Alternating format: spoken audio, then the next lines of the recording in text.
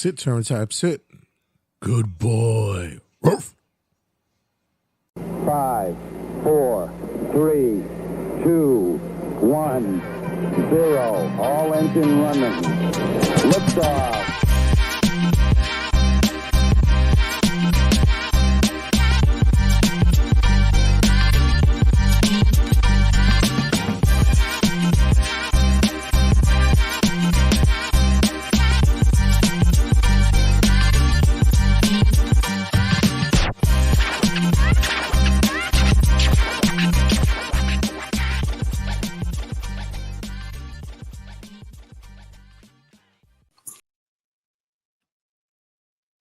Cutting a promo, ladies and gentlemen.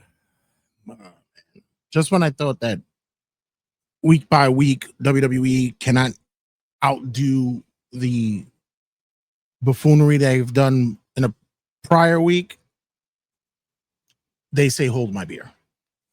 As everyone knows, the announcement has been made that in 2027 WWE will be going to Saudi Arabia for Wrestlemania. And guys, we knew this was gonna happen. I don't know why everyone seemed so shocked about this. We knew it was gonna happen. It was in the cards. It was already pretty much part of the deal when Vince signed off on this. This was, inevitable.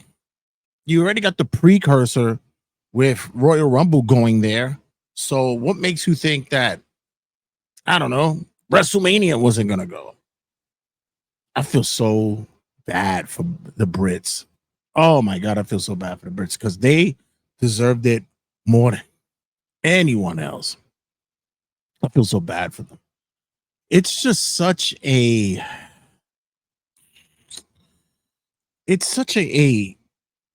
time tested and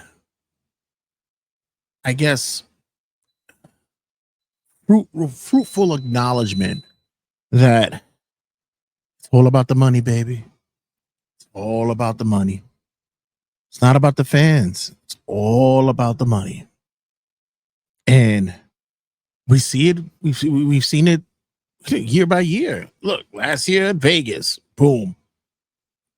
They're going again next year, boom. And then to Saudi. It's such a careless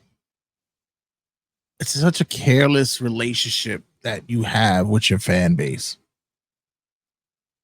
They're not going anywhere. The Saudis are not going anywhere. You keep giving them the shows that they want, they'll get it. They don't need the WrestleMania.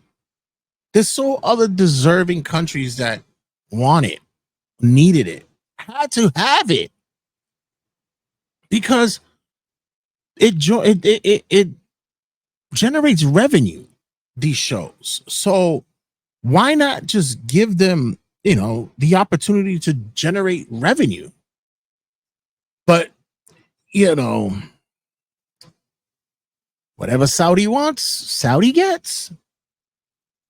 Well, maybe not, because apparently they have been making requests for certain matches by 2027. It ain't happening, Pat. Yeah, for real. It's not gonna go down. Some of the guys they may have been asking for is already retired, not looking to get back into the ring, and it's not gonna happen. But we gotta come to the realization that this is a very much necessary move for WWE because TKO, it's not looking good. When it comes to money wise, they're losing hand over fist. UFC is not doing as well as it used to. There's no stars there. They're not generating the money that they thought they would. You see that what they've done? They've moved over to Paramount, and I don't know what that's doing for people. I don't know how that's connecting with others. Who knows how many subscribers, Paramount has that watches UFC. There's a deal now with the ESPN for WWE, and now you have to get on three different subscription sites just to watch WWE. It's ludicrous. It's crazy. Their debuting show, Wrestlepalooza, just got hit with a major announcement, a major event that's happening on said day that was just confirmed. And boy, I know WWE is probably feeling a way about this one. And if you guys haven't heard, Bad Bunny is going to be live streaming his final concert in Puerto Rico on Amazon Prime on the same day around the same time. Oh. Wow. And people are going to go, well, how does that affect WWE? Do you know how many people are fans of Bunny? The guy that wrestled for WWE a couple of times. The mega star that's known around the world that was just in a Adam Sandler movie. That guy.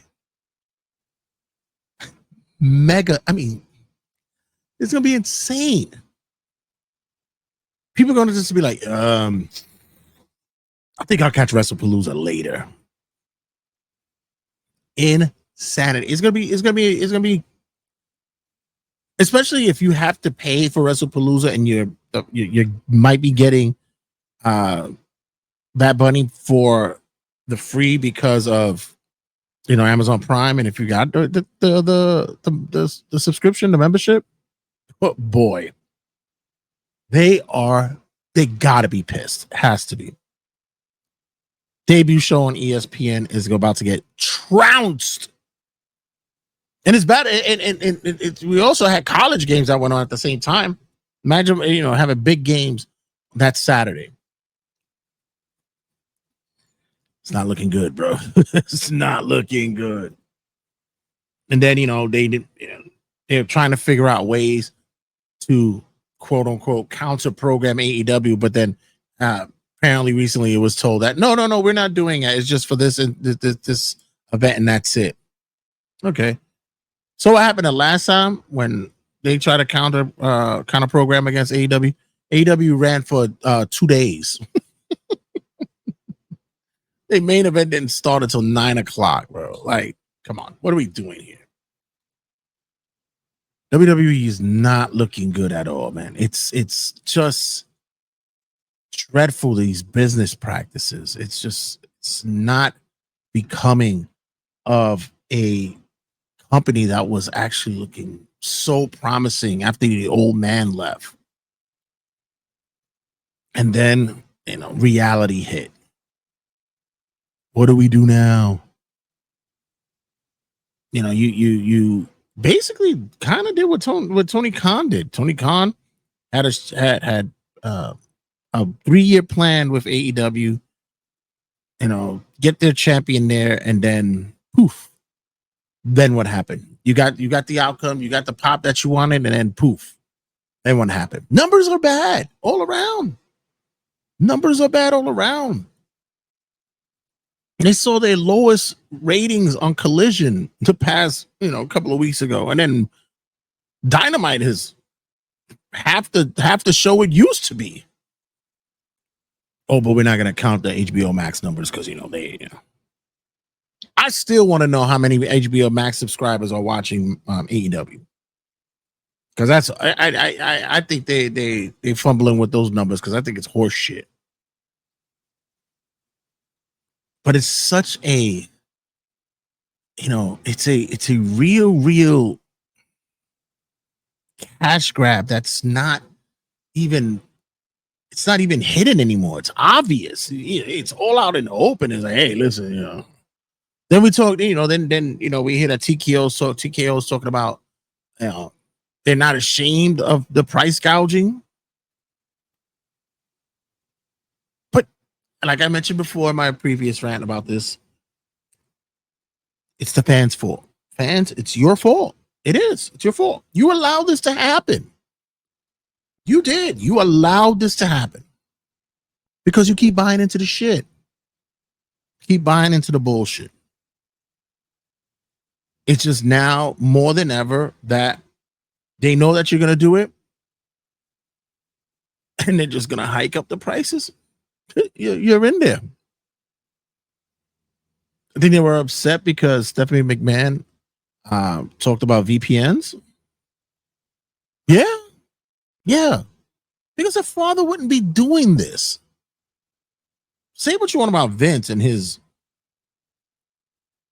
odd, back office behavior and such, or his way of booking and such. But when it came to the fans, he was pretty fair. You didn't make the billions upon billions just always price gouging. You knew the steady flow. Madison Square Garden's Raw. Is it Raw? It's gonna be, tickets are up to $3,000. No. But yet, we gotta go to Riyadh.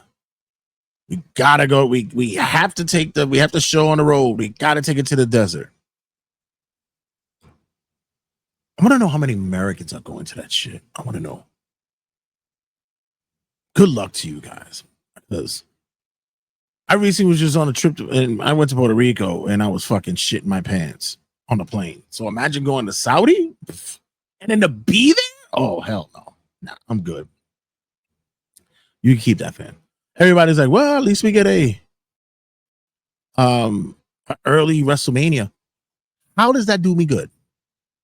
First of all, I've already made a proclamation to say, like, hey, I'm not watching, these blood money matches. It's such events. I'm not. So that's not going to do me any justice because I most likely might not watch this, especially the way the product is. I'm not going to fucking sit there and invest if I have to pay for it.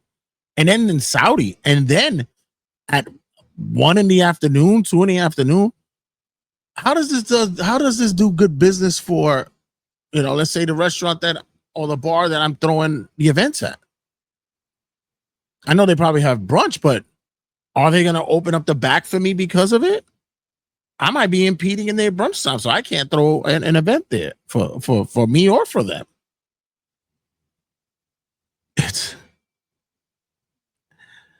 This is just, listen, 2027 is 2 years away. So who knows? Anything can happen from here to there.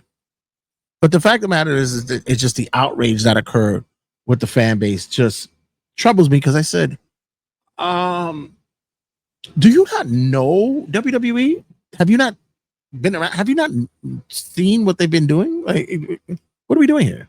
What's happening? Guys, you're not lost in the woods. You're not Little Red Riding Hood. We know the practices of WWE and this whole deal. The wrestlers themselves knew. Did you see them? They look like they had Bianca, with a gun to the head of her dog off screen, making these, this message. Women's wrestling has been doing so much better since we've gone to Saudi Arabia. The women of Saudi Arabia are being treated much better. Jesus. That Royal Rumble is going to be a trip. Hope you got air-conditioned clothes because y'all going to be all covered up in the Rumble. Woo, woo. Y'all going to be losing. Nia Jax is going to lose 15 pounds in that match. This is going to be insane. I want to know whose bright idea was to do that shit. Wow. But yeah, I mean, look, guys. This is nothing new, man. Nothing new. And when we looking at the deal, when we looking at what's on the line, what can happen from here to 2 years from now, it's all just gonna be wrapped up in a bow for everybody. Sammy will be your champ. You know, we'll have that, you know, the Saudis will have that representation, even though wasn't what, maybe 3-4 years ago that Sammy wasn't going over there because he didn't believe in their beliefs and what they were doing over there, their practices. But that's all been fleshed out now. Good. You know, CM Punk. Blood Bunny's Blood Bunny, right? It's going to be interesting to see how this is going to long-term play out, because if there's a way that WWE can back out of this, would they though? Would they? Don't get me wrong, the people of Saudi and Riyadh, you know, might bring something out of the wrestlers, or might bring some pageantry out of it, or something is going to occur. But did we need to do this? How many years we have left with this deal, and are we going to recoup this deal? I mean, or can we look to do it somewhere else? Maybe not, because what other place has a prince that's ready to throw whatever amount of money to a company just so he could have a fake Big Show and a fake Yokozuna have a match? Like, I don't know. Like,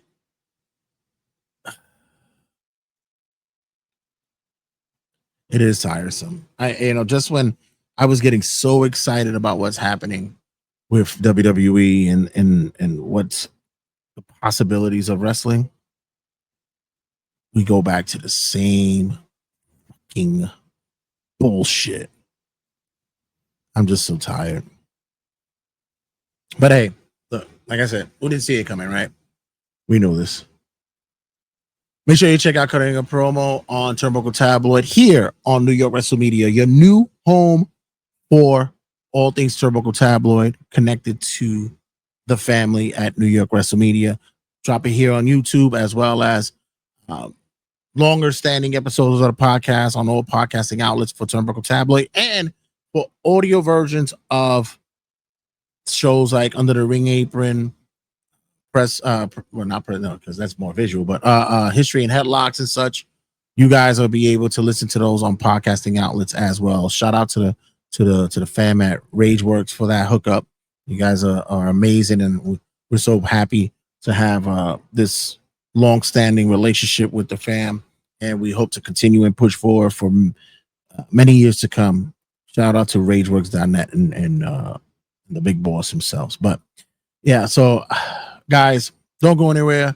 Stick around, and WWE. Check you guys in a sec.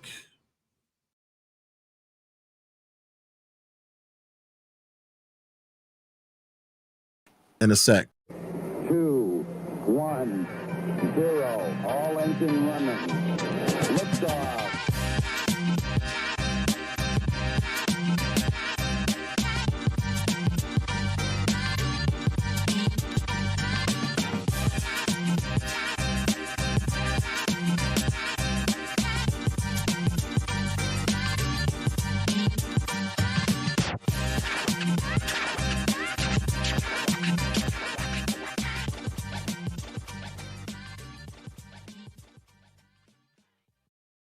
Sit, turn type, sit. Good boy. Ruff.